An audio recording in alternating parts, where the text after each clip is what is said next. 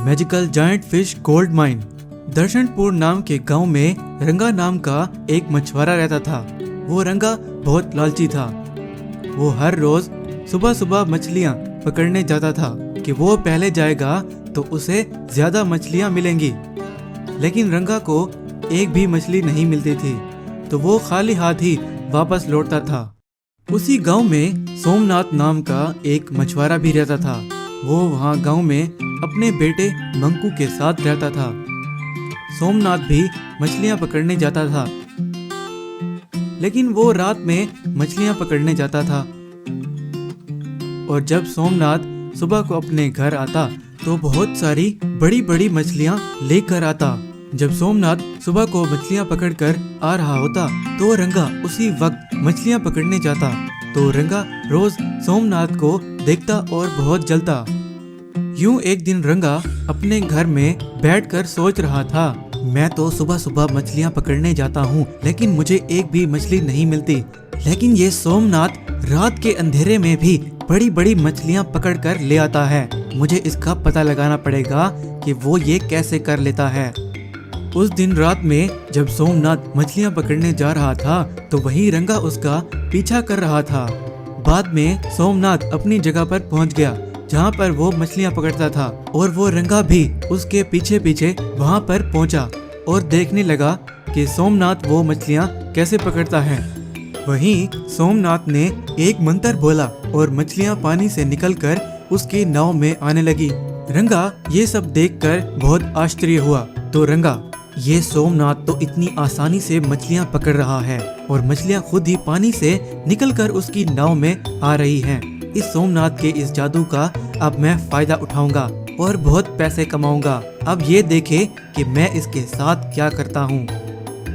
उस दिन जब सोमनाथ वो मछलियां पकड़कर अपने घर ले जा रहा था तो वहीं रंगा अपने मुंह पर मास्क लगाए एक डंडा लेकर खड़ा था।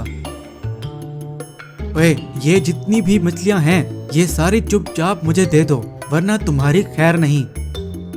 तो सोमनाथ की सारी मछलियां रंगा छीन कर ले गया। ऐसा रोज रोज होने लगा। रंगा आता और सोमनाथ से मछलियां छीन कर चला जाता। मछलियां रंगा छीन लेता था तो सोमनाथ अपने घर खाली जाता। ऐसे ही दिनों दिनों में वो बहुत गरीब हो गया और सोमनाथ इस परेशानी की वजह से बहुत बीमार हो गया और खाट पकड़ लिया। अपने पिता को बीमार देखकर मंकू भी बहुत दुखी था। तो एक दिन मंकू बैठकर सोच रहा था, पहले तो पिताजी बहुत सारी मछलियां लेकर आते थे, अब कुछ तो हुआ है जिसकी वजह से ये एक भी मछली नहीं ला पा रहे। अब से मैं जाऊंगा मछलियां पकड़ने और पहले की तरह बहुत सारी मछलियां पकड़कर ले आऊंगा। बाद में अगले दिन मंकू मछलियां पकड़ने गया तो रंगा भी उसके पीछे पीछे गया। मंकू को मछलियां पकड़ना नहीं आता था तो मंकू नाव में खड़े होके सोचा, मैं यहाँ पर तो आ गया हूँ लेकिन मुझे मछलियाँ पकड़ना नहीं आता, मैं अब क्या करूँ। यूं वो सोच ही रहा था तो वहाँ पर एक पानी से जलपरी निकली और बोली, मैं यहाँ इस समंदर की एक जादुई जलपरी हूँ।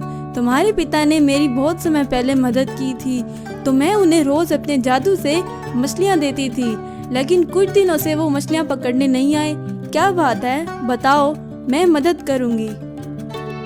वैसे मंकू ने सारी बात उस जलपरी को बताई कि क्या हुआ था।